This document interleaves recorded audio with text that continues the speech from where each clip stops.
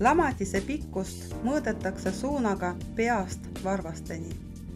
Haava pikkust mõõtes võiks pidada meeles, et pea asukoht on kujuteldava kella numbrilaual 12. Varbad asuvad alati kujuteldava kella numbrilaual 6 peal. Joonlaud tuleb asetada üle haava kõige pikemale kohale kella numbrilauast lähtuvalt. Lamatise laiust mõõdetakse suunaga küljelt küljele. Haava laiust mõõtes mõõtke lamatise pikkusega risti haava kõige laiemast kohast. Selleks asetage joonlaud haava kõige laiemale kohale ja mõõtke suunaga kella 3-st kella 9-ni. Lamatise sügavust mõõdetakse haava põhja kõige sügavamast osast. Haava sügavust mõõtes asetage vati otsaga pulk haava põhja kõige sügavamasse kohta.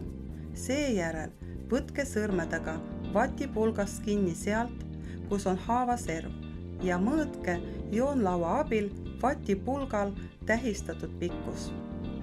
Sügavuse mõõtmine võib patsiendile valu tekitada ja seda tuleks mõõta vaid juhul, kui see on vajalik.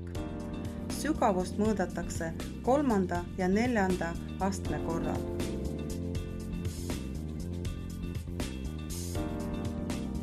Haavandi taskut mõõtes otsida üles haavandi tasku kõige sügavam koht. Võtta sõrmedega pulgast kinni sealt, kus on haavandi serv ja mõõta joonlaua abil pulgal tähistatud pikkus.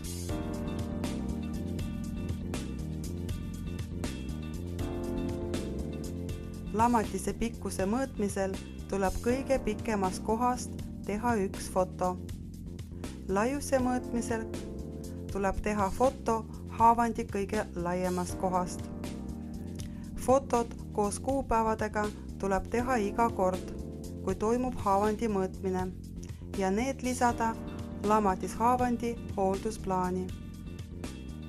Haavandi tasku korral mõõta tasku sügavus ja asukoht vastavalt kujuteldava kella numbrilaua numbrile. Teha sellest foto ning lisada see koos kuupäevadega lamatishaavandi hooldusplaani.